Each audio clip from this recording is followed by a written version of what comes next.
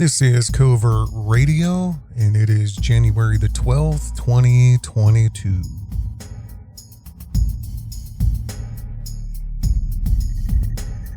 And it's about 6:25 a.m. in the morning. Probably sleeping, might be going to work, might be going to bed. Either way, I'm going to shake your brain. I'm going to discombobulate your meat computer. You know what I mean? You know what I'm saying?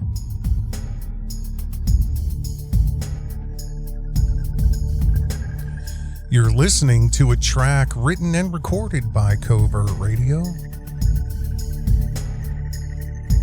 It is called The Builder.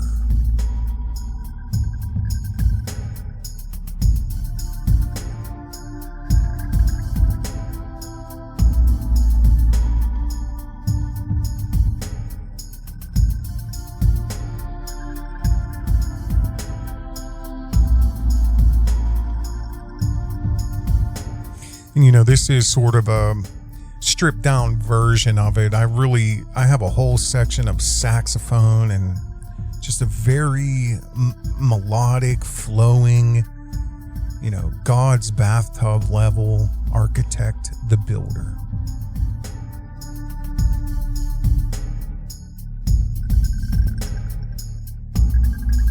I used to take a long drive to at night and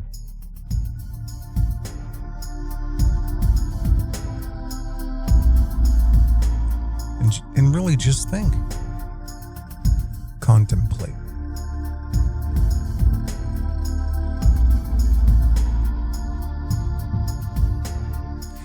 You know, 99% of everything you hear on Covert Radio and you've heard in the last 5 years, you know, minus the obvious tracks that are like Immortal Technique or, you know, some of the other stuff I've played. Probably like 98%, 99% of everything you've heard has been written by me. So, you know, and that's the thing with music, you know, you got to find your tribe, and not everybody's going to feel what I feel. You know what I mean?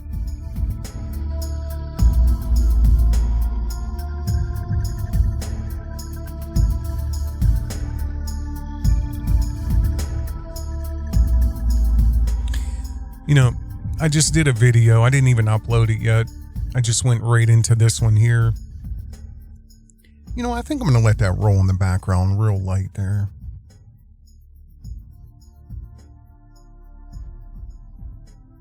I just recorded a quick little video. It's the first installment of a new little series I want to do called Rhetoric Roundup Report. And that was for January the 12th, 2022. And it's, you know, exactly what it is. It's just a roundup of the last day or so of all the rhetoric and propaganda that's being promulgated out to us, that's being broadcast out all around behavioral modification and indoctrination. And I'll put a link to that video in there. I did a video a couple days ago called Amalia, the amalgamation, and you know, that was a flood of information from the ether, from God. And as I was about to record this last video, you know, it just happened again. I mean, I don't know, you know, and I'm not saying this is unique or anything like that. It's just, you know, it's just something I've always dealt with. And I don't know, maybe it's based off of things I've seen. I don't know, because they say, and I believe this, that your subconscious brain is always recording no matter what. You may not consciously remember something, but subconsciously it's recorded. You know, you could run your fingertips down velvet. You may forget what that feels like or get calluses on your finger one day. But at one point in time, when you did that the first time and you felt velvet or silk, your subconscious brain recorded that. And it's a, you know, a forever record of your life. And you know, these visions that pop into my head, and then this flood of information, the visions, like, have I seen them? Have I seen them on another plane of existence in my dreams? I don't know. But what I saw was similar to something that was published in 1911. And it was, I can't remember the exact name of it, but I know it was 1911. Because again, when I see that image, I also see 1911 on top of it. It's just, again, how I remember things, but it's it's like it was a poster, and I think they published it in a paper at one point in time, but it was the pyramid of capitalism, or the capitalist pyramid. And it broke it down, the king and queen, and then the clergy, and, things like that, and all the way down and down and down and down. But what I'm about to go over with you guys is not, I know you know this, but you don't know where this is going. And I would appreciate if you stay with me here for the next 20 minutes, 15 minutes maybe, and follow me all the way down through this, because I want to show you something. And again, maybe this happened, and I'm adding to this because of the last video, because I noticed something. And I just want to show you how everything holds hands, and nothing's happenstance, and everything is for a reason, especially at the level we're at right now. Everything is for a reason. And you're here for a reason, believe it or not.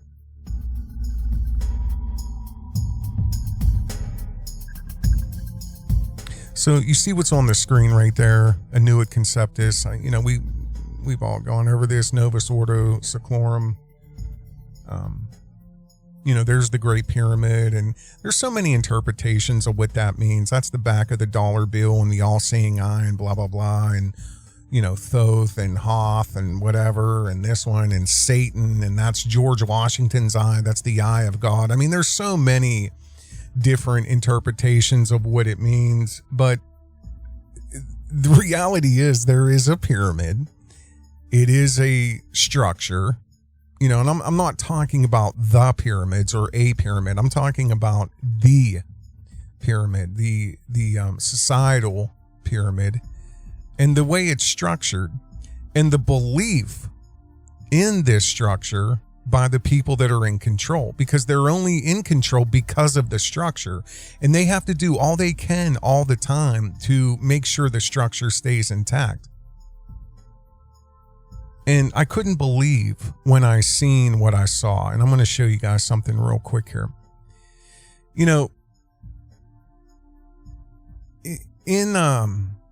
In this last video, I played a clip. This clip, let me find it real quick here.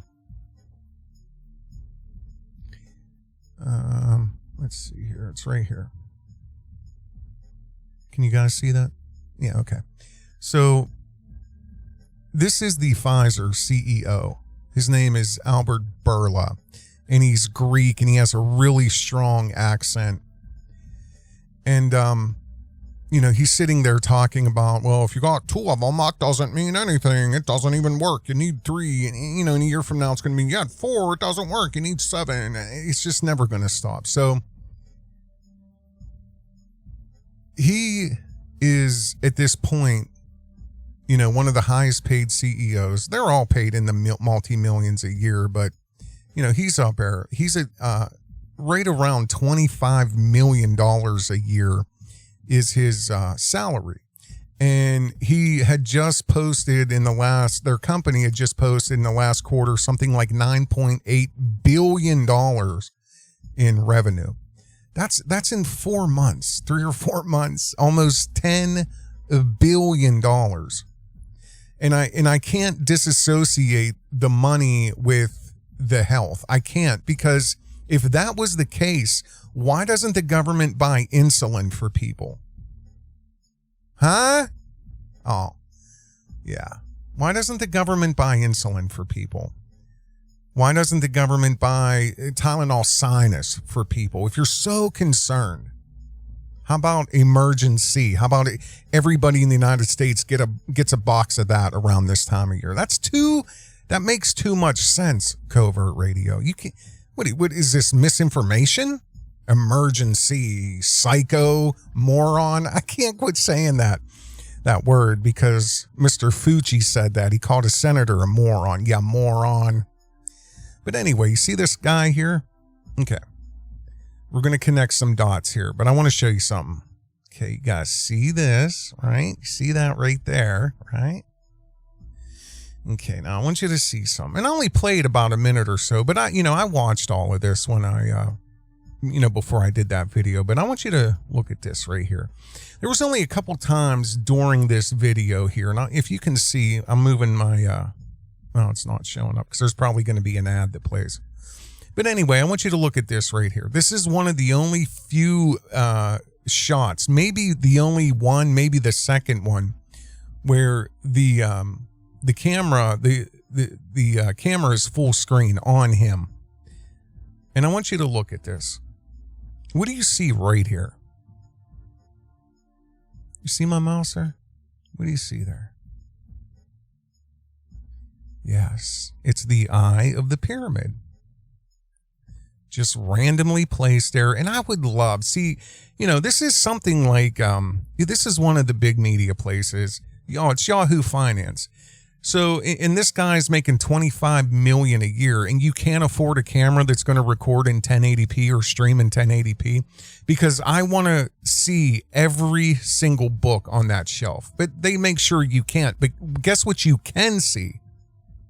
I want to see who's in those pictures. I want to read what's on his shelf. Can't do any of that. But what you can see is the all-seeing eye right here. Right here. Just randomly placed there. And you can watch the video for yourself. This isn't Photoshop. This is in the video. Go watch it for yourself. There's the eye, and there's the eye right there. The pyramid is real. That is the point I'm making. And it really is the haves and the have-nots. And I know you guys know this, but I want to possibly explain this in a slightly different way.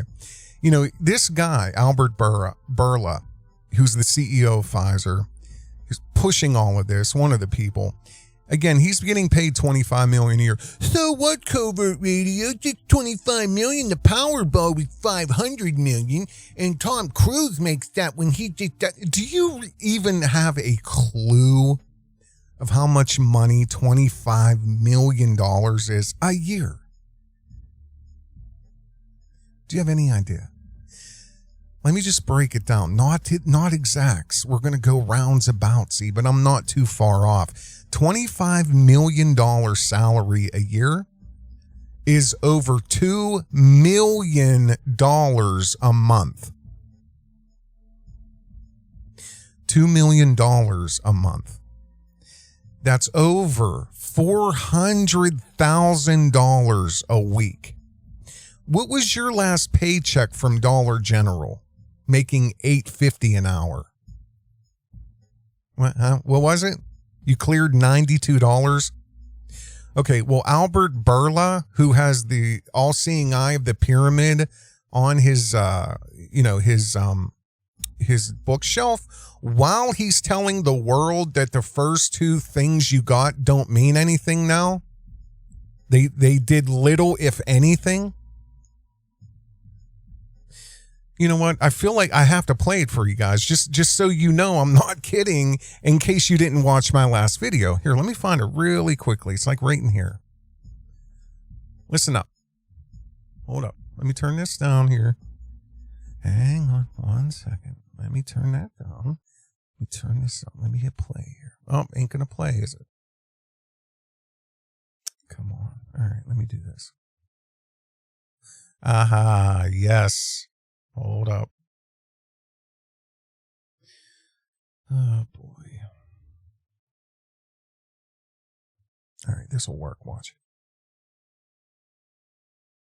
Maybe. Yes. Now we're probably going to... Yeah, we're going to have to watch a couple ads. Uh-huh. Oh, God. Oh. What? There isn't a white guy getting punched in the head? Or crawling on his knees? That's a miracle. Let me guess. She's in a racial relationship? Is that the... Yes. Yes, of course. Uh-huh. Yeah. One a day. Come on, give me one more. Let the propaganda fly. Come on, give me one more. One more. No? All right. So here's what I wanted to show you guys right here. Listen up. use, occupation, etc., etc. So, and we know that the two doses of the vaccine offer very limited protection, if any. The first 2 rounds of the vaccination offered little to no protection. Let me just and this is yesterday he said this. Let me rewind that a little bit. Listen up. He's hard to understand. And we know that the 2 doses of the vaccine offer very limited protection, if any. The 3 doses with a booster, they offer reasonable protection against hospitalization and deaths. Against deaths, I think very good. And less protection against infection. Now, yeah, so, how do you know all this data? I mean, because, we're in the surge of a blah, blah, blah, and the mommy, mom. So, I mean, we're in the surge of that. So how do you have all this data that you can guarantee that, the first 2, nothing, 3, yes. But you don't even, can I see the data, sir, please? Anyway, so that's that. And if you go right up to here, let me find it. See, right in there, yeah. There it is. See the all-seeing eye? Okay, there we go. I don't want to get off track, but this guy is making over $75,000 a day. $75,000 a day. The pyramid is real. It's the haves and the have-nots. And he would not be making $25 million a day if there weren't millions of scumbag slaves on their faces and knees holding him up. If there were no customers, he would have no money. You understand? So, and I know you get this, but I am going to try to explain this in a slightly different way. $400,000 a week, $75,000 a day. Most of us listening to this right now don't make $75,000 in 2 to 3 years. This guy makes it in 1 day. And, we're talking $25 million a year. You know what I mean? He's in the 1%, but I don't think he even fits in the 1/10 of 1%. Like Jeff Bezos and Bill Gates and all these other people that are seemingly making billions of dollars off of this. But again, if there's no scumbag slaves holding up the whole structure, then what? Then what? And I just want to touch on this. Briefly. I made a comment in one of my other videos, and I talked about what if, let's say I'm working on a book, and it's a fictitious book, okay? There's no misinformation here. There's no whatever people try to make this out to be. Hypothetically, I'm working on the book, and I'm going to call the book Payback. That's just the name, Payback. Now we're going to see who's in the camps in World War III. Okay? Payback. And I said, with all the media and all the destruction of the white race and all, I talked about the Karens, the Karen, but you never see the Kenesha. Even though we all know Keneshas exist, they don't, for some reason, ever show up on the Medea.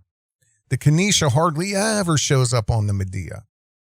But the Karens do, and the Karens get front page, you know what I mean? But the Keneshas never do. Just like this little girl that just got killed in Georgia. I was going to cover this. 7, 8, 9 years old, was shot, random drive-by shooting, killed a horse. This neighborhood had a little yard or like a, half acre or something where they had horses for the kids to take care of and whatever. And it was a great thing. The little black girl's petting the horse or whatever. And they drive by, they light it. Where's the BLM? Where is the BLM for that? See, this is the road they keep wanting us to go down. This is more division, more hate. Yes, more division, more hate. But the reality is, where is the BLM in this? Again, black lives only matter if it's a white atrocity being committed for some reason. This has been proven time and time and time and time and time again. It's a political movement. We all know that listening to this. But again, back to my book, Payback. Do you know who this guy is?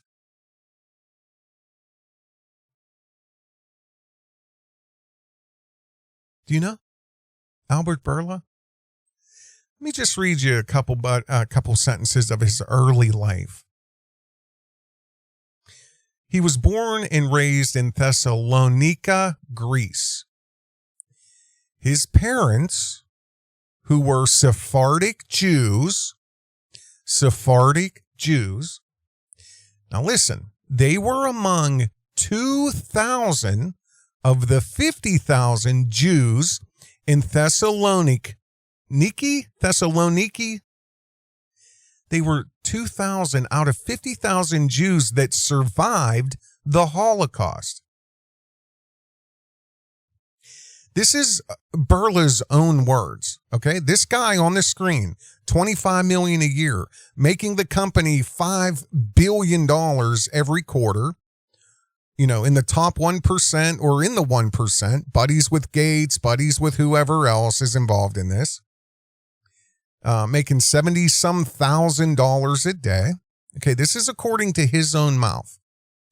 His own mother was minutes away from execution by firing squad.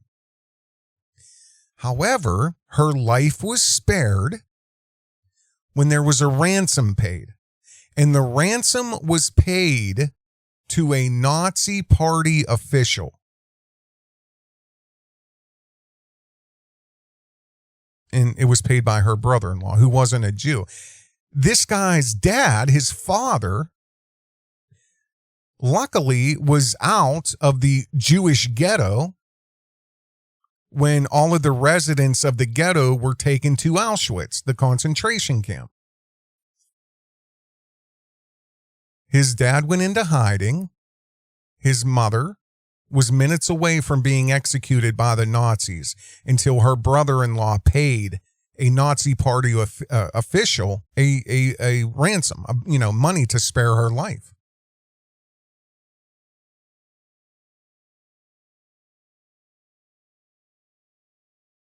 This is one generation ago. Oh, we're Covert Radio. That's a jump. What you're saying is a jump. You know, does this guy have hate in his heart for what somebody did to his mom or dad? Well, geez, let me see here. You know, a lot of black people continuously talk about the hate for whitey because of slavery. And that was their great grandmother and grandfather. This guy's mother and dad were hunted and almost killed by Nazis. One generation. So you hearing my voice, you know you have hate in your heart. You know you do. You over there, I know you don't, and you don't, and I know you don't, and I love you, and I love you too, and I love you. But there are people that are listening to me right now, you know who you are, who have nothing but contempt and hate for white people. For something that happened that nobody alive had anything to do with. Payback. This is the video I talked about making, like, them white tears be good, cuz. Them white tears taste good. Because I want to cover it all. I want to cover to cover the media barrage that is just, it's laughable. Because I have not seen a white family in a commercial in about, I'd say, a year solid. I laugh now every time I see it. It's amazing to me. You know, and I love the commercials where it's the white dad, the black mother, and the black children. Those are not even biracial kids. It's the white dad, the black mother, and black children. It's mind blowing to me, as if that represents the entire country. It's a political agenda to minimalize a culture and to minimalize a race. And I've talked about this. And the show I'm going to do, which is going to be a live show, it might even be a debate. So if anybody's interested in having this discussion about the degradation of the white race, the demise and the destruction, the promulgation of, and the planned decimation of the white race, payback. Just like Joy Behar went on, if anybody else would have said this, like say, Roseanne's Jewish, but if anybody else would have said this, Joy Behar is Jewish herself. If anybody would have said what she said, they would not have a job. They would not be on TV. They would not have anything to do with any network. If the races were changed, she said, come on, I'm paraphrasing, come on, black people. And I'm not paraphrasing that much, but, come on, black people, what are you waiting for? Get that jab. I mean, the white race was the guinea pigs. The white people were the guinea pigs. If you don't believe me, look it up. And again, if you're interested in having this conversation, listen to me. If you've gotten your signals mixed somehow that I am not brutally honest, then you've not been listening.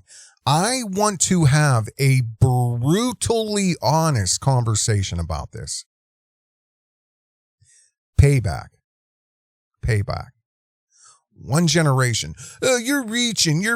Am I? This is from 2006. This article is from 2002. 20 years ago, Bush calls Saddam the guy who tried to kill my dad. CNN.com, Inside Politics. December the 27th, 2002, almost a year to the date after 9/11. President Bush leveled harsh criticism Thursday at the Senate on Homeland Security issues, but he revised his stump speech to make clear there are fine senators from both parties who care deeply about our country. And in discussing the threat posed by Iraq, President Saddam Hussein, Bush said, after all, this is the guy who tried to kill my dad.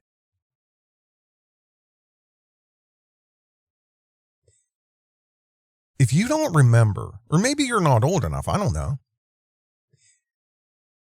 This was a very, very, very, very drawn out, this is a little bit prior to this hardcore control of the media, where there was still somewhat journalistic approach to, actual real events. And they were saying to themselves, there was a circus around this. Why the rush? What is this? Is this revenge? What is this? Is this the hate you have because he tried to kill your dad? This was a very big conversation. Is Bush's Iraq stance rooted in revenge? This is ABC News, 2003. Just 1 month after September 11th, 1 month. And 1 month and 5 days after the war in Afghanistan had begun, President Bush signals his determination to confront Saddam Hussein next. In quotes, there's no question that the leader of Iraq is an evil man. After all, he gassed his own people, lie, later turned out to be a lie. We know he's been developing weapons of mass destruction, lie, never found him. And also, we're watching him very carefully. Bush said in October 11th, 2001 address. The administration had its eye on Iraq long before 9/11. There's so many stories that surrounded this of his hate for Saddam Hussein. And, this goes back to people talking about the families hate each other. This is a family feud. This is the Hatfields and McCoys. And I know it was about other things, but they picked the right guy for the right job at the right time. Some Americans have wondered whether the president's determination to take on Saddam is a personal obsession. One born in the aftermath of the Gulf War, his father launched when Saddam was left in power. There's no doubt his hatred is mainly directed at us, Bush said. There's no doubt he can't stand us. After all, this is the guy that tried to kill my dad one time, over and over and over and over. I think if it's a family obsession, if it was Captain Ahab and Saddam Hussein was the Great White Whale, we would have heard a lot more of this early on. But we didn't, said Walter Mead. But again, there was so much media surrounding this. There was people who were connecting dots back to the royal family and how how everything lined up, and how over the years with Prescott Bush and then G.W. Bush and then Junior here, how they've all had their run-ins with Iraq and this and that and da-da-da-da-da-da-da. And again, a lot of people say it was payback. Payback, right? Payback. The pyramid is real, and they stand on top of it. And their force is done. At this point in history, and I'm telling you, if you don't understand this, then you need to shut the television off, because at this point, it truly means enslaving 8 billion people worldwide. We're not talking about the United States or political issues or party issues or whatever, the war in Iraq, the war with North Korea, the boogeyman. We're talking about worldwide enslavement. They're all in. And this is all based around, and I have so many videos lined up to prove this to you, not to show you, to prove it. It's all based around medically induced transhumanistic technocracy. Medically induced transhuman, which means the marriage of human flesh and technology, which your kids are going to be like, oh my God, I can have my iPhone digitally installed into my retina? Yeah, sign me up. It's all, this is the addiction to technology, the addiction to the phones, the addiction to technology, the addiction to the clicks, to the likes. It's all been a build up to what's coming. The medically induced transhumanistic technocracy. And they're not only declaring themselves rulers of the planet, which they're bored with that. They've done that for hundreds of years. Their families have done that they don't care about that anymore. They want to be God. They want to be God. Just like the big video I have yet to finish and get out to you guys called Mother Earth, Motherboard. Mother Earth, Motherboard. The architect, the creator, created Mother Earth. And people like, what's his name? Facebook, Zuckerberg. And, this Albert Bourla with his medical, I can't talk too much about it right now. But, we're going to change Facebook to Meta. You know what Meta really means to these people? It means living in a world of never-ending virtual reality. Literally living in a world of virtual reality. And I'm just going to blow your mind for a second here. I had a vision of what hell is when I was creating and working on Mother Earth, Motherboard. You know what hell really is to these people? Hell is real to them. If there is a hell, in a biblical means or on a spiritual means, which everything points that there is, they got to create a hell, right? They got to create one too to compete with God. So let me blow your mind real quick. If you get in trouble and, You got to, blow into that little device to start your car if you've had DUIs or whatever. It's mechanically connected to your vehicle. You can't take it apart or they'll come and arrest you within hours. Okay, think along these lines. You know the ankle bracelets that they put onto you, and if you remove them, you got to check in. They track everywhere you're at, GPS triangulation. You're on constant monitoring with your ankle bracelet. Can't take it off, can't remove it. And if you do, you're going directly to prison. They will come get you immediately because there's an alarm that goes off, as soon as the band is broke. Well, imagine having the most advanced VR right now, which is honest to God, unbelievable. I've seen it and I'm going to show you guys it. There's 6 cameras on this VR, 3 and 3. So each, it's scary. I'm not kidding you. It's terrifying what they're able to do now. And we're in they're just showing us the infancy stage of what they really have. So what their hell is that they've created, and I'm telling you, this is what it is. It's surgically implanted VR goggles that you will be taken into a medical prison. They will put you under, and you're going to wake up almost like a Frankenstein, with the bolts in his neck, except they're going to be on your skull somewhere.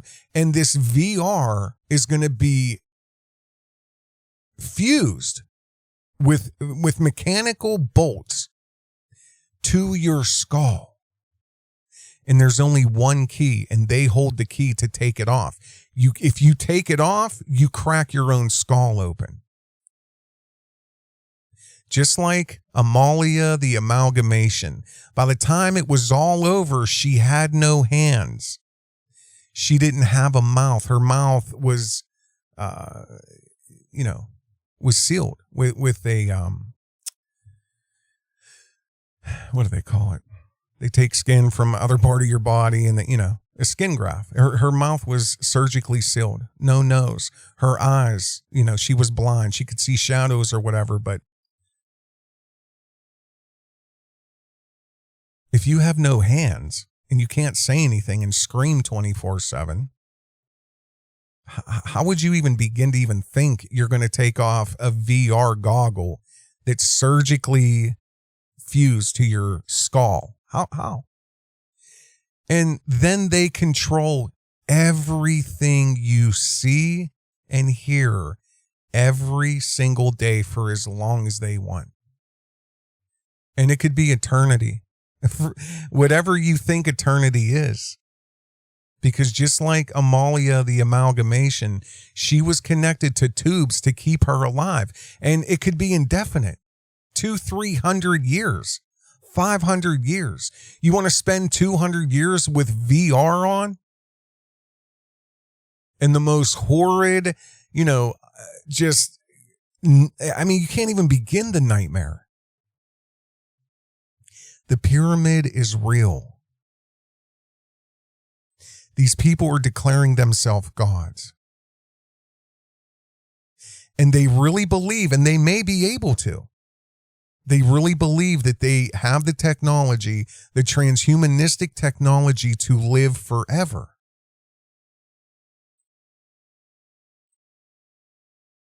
And I'm talking about them, they, them, whoever, these people. The Albert Bourlas of the world, the Bill Gates of the world, the Donald Trumps of the world. They stand on the shoulders of the hand-picked leaders. The ones that somehow miraculously wind up in positions of power.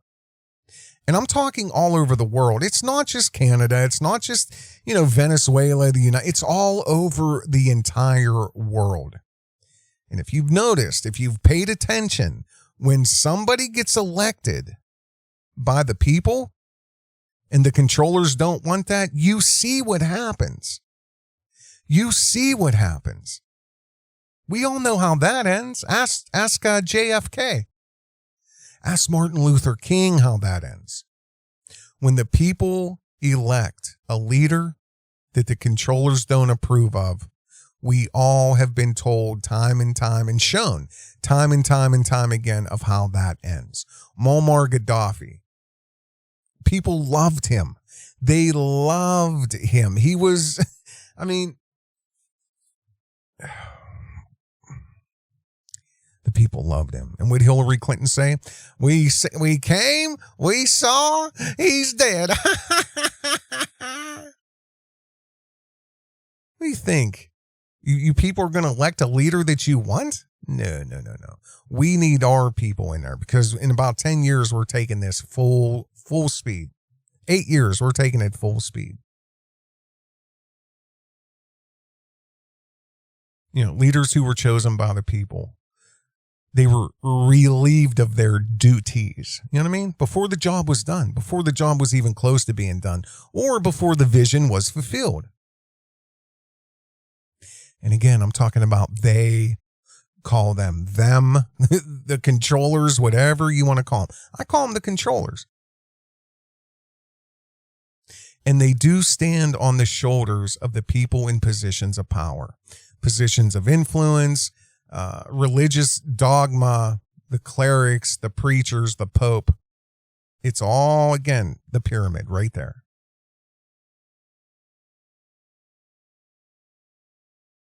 You know what? Let me see here. There we go.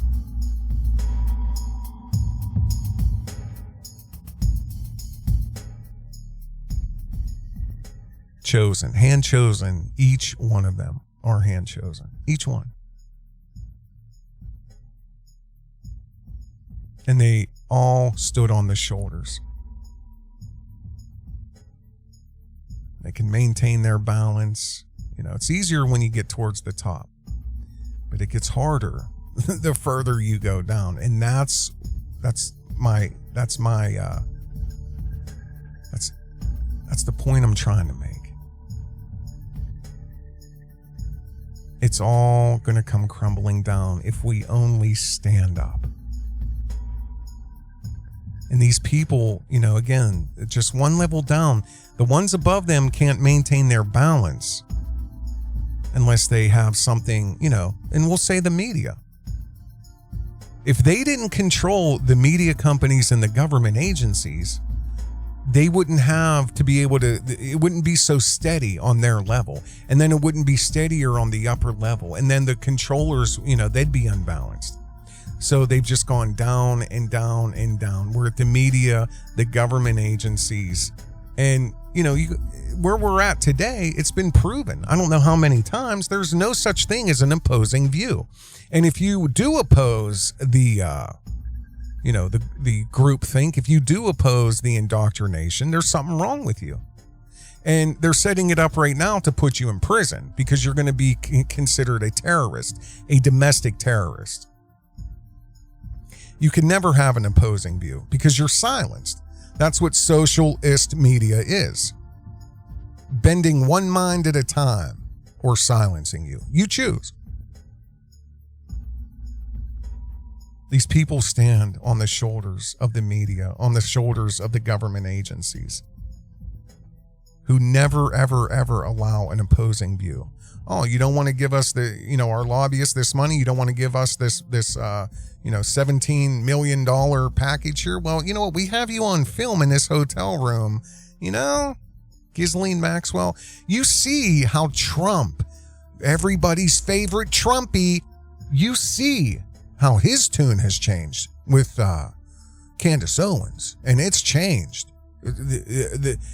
Everything that's happening right now is good. It's good. What do they have on you, Mr. Trump? You know, Ghislaine Maxwell is in court, and, you know, the trial's over, whatever, but what do they have? You've noticed a lot of people's, Ted Cruz's whole caboose changed. His whole tune changed. You want to lose your family, Ted? You want to lose your children? You want to lose custody? You want to lose this illusion? No? Oh, okay. Then you're going to do exactly what we tell you to do, okay? And you're going to vote exactly how we tell you to vote. And you're going to continue to prop us up because we need your shoulders to stand on. flooding and flooding with endless amounts of money, flooding these people with endless amounts of money. Money, power, control. Money, power, control. The media, the governments, they all stand on the shoulders of guess who? The CEOs.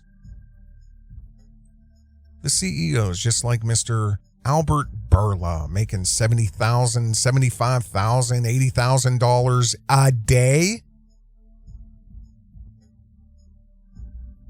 These people, they're in charge of hundreds of thousands of employees. And I mean, it's in the millions. If you gather all the CEOs up, they're responsible for millions. And, I showed you right around the election where the AFL-CIO is sending letters out. They encourage the union to vote this way. So they even control your vote. Dictate commands. It all comes down from the top. While these CEOs sit in their private, 100-story castles made of concrete, steel, and glass. They're concrete castles in the sky. And they are strategic. And the CIA came up with this 50, 60 years ago.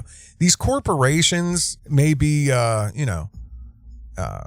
Acme Coffee, but, it's really the government. It's the CIA, and it's positioned, strategically all over the world. They get their perfect positions, and they're guarded, they're protected, and they're enforced.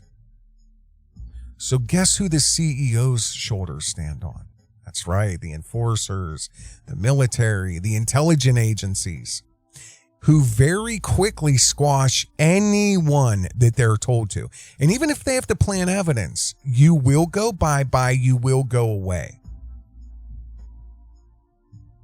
They sit in their concrete castles, completely protected. You ain't getting in the front door now. You're not getting through the, God forbid, you can't get to the elevator. You don't have a key card to open any doors. It's all protected. Security, enforcement, security. Beware when they speak. Peace and safety.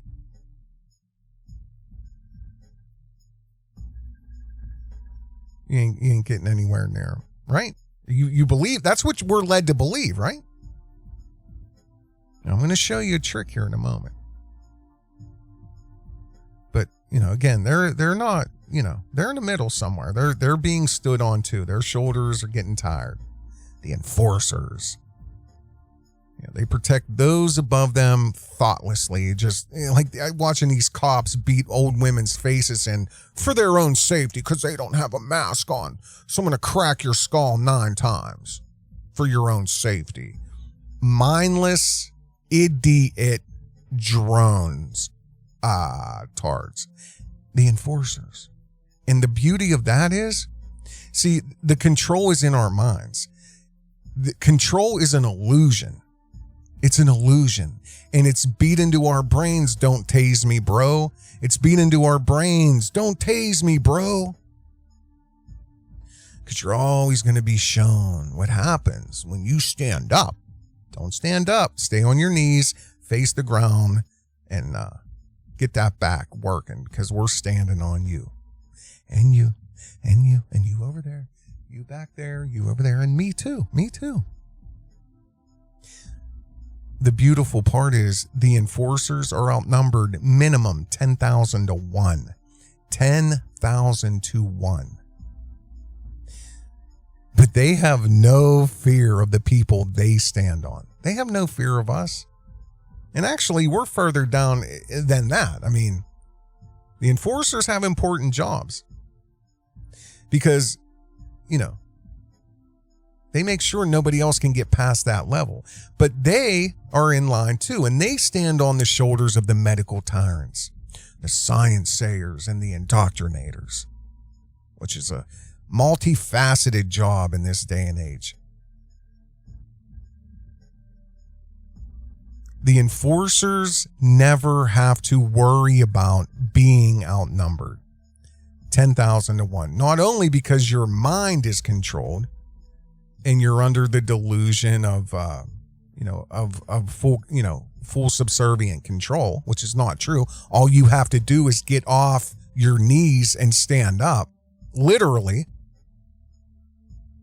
But they don't got to worry about being numbered 10,001. And even if they would have some slaves stand up, don't matter. Because the medical tyrants, the people they stand on, their only job is to keep those of us down here sick, to keep us unhealthy, diabetic, overweight, confused, depressed, suicidal, and cancer-ridden from the chemicals in our foods.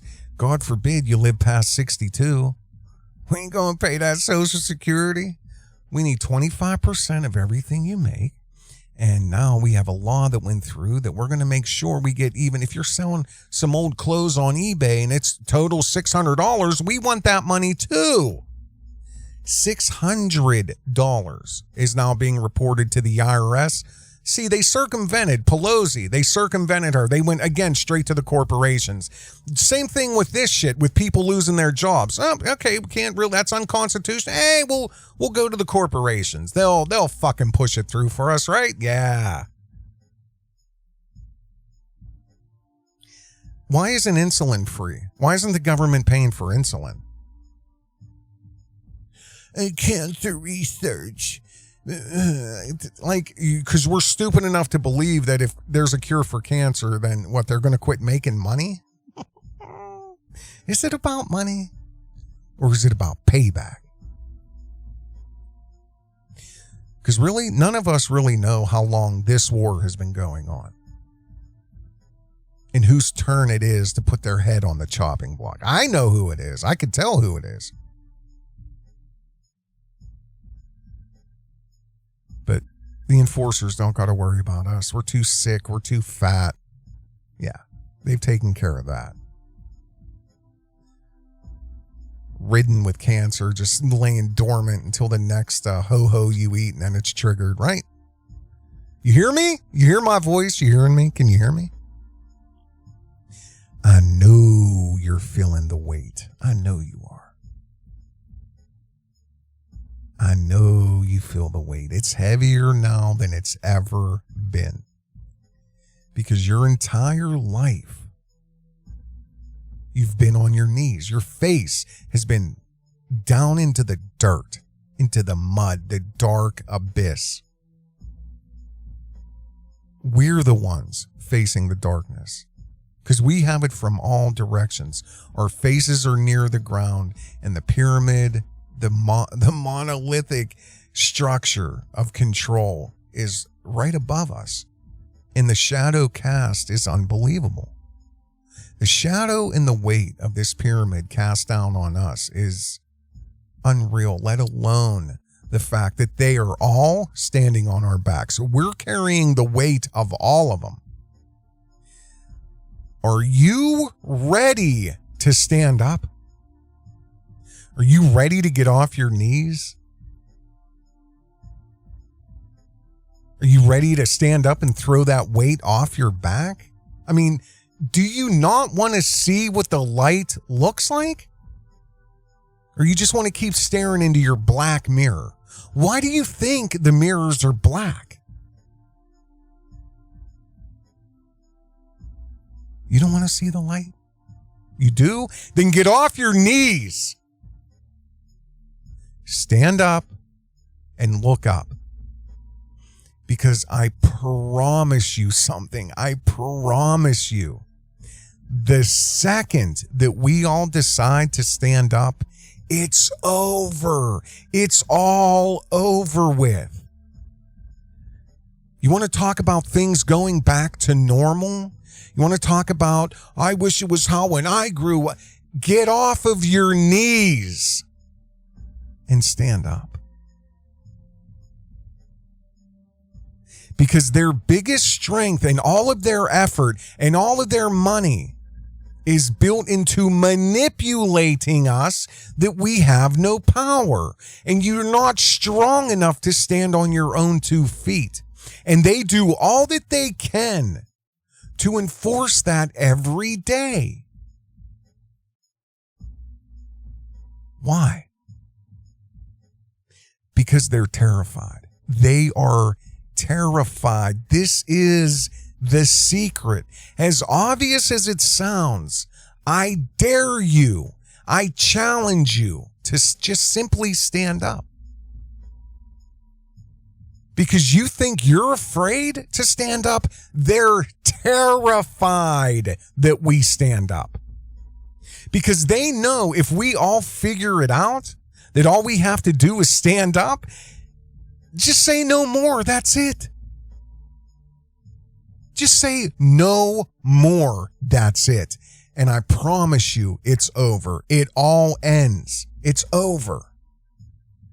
The entire structure will come crumbling down. And it'll be destroyed. All you have to do is stand up. Get off your knees. Stand up. Say no more. Get off your knees. Because truthfully, we have nothing left to lose. What do you have to lose? You're hiding. You're just hoping they don't point to you next. But they're going to. You cannot hide, and you can't sit this one out. Don't you understand that? Don't you understand that? Get off your knees. Don't you see what's coming? Don't you see what's here? We literally have nothing to lose. They've come for our kids. We've literally got nothing else to lose. Get off your knees, stand up, say no more. And I promise you, it all comes crashing down.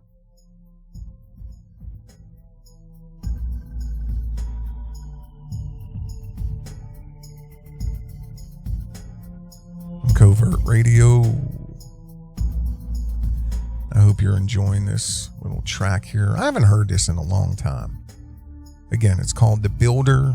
I wrote this, I don't even know how long ago now. It's been years. But all we have to do is get up. That's it. Stand up and help your neighbor up. Help your family up. And it's all, I promise you, it's all coming down. It's all coming down.